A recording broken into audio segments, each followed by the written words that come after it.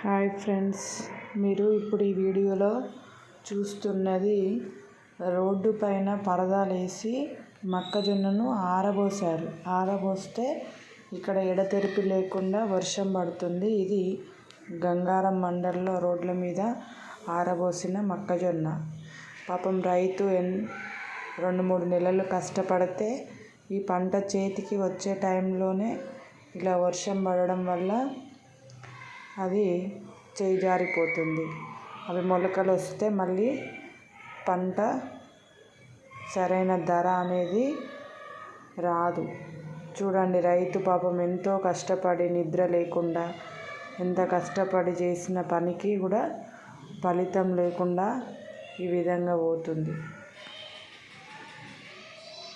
రైతు శ్రమ అంతా ఇలా ప్రకృతి వల్ల పాడైపోతుంది.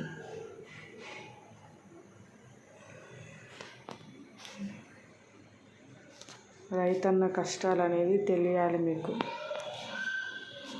Thank you for watching.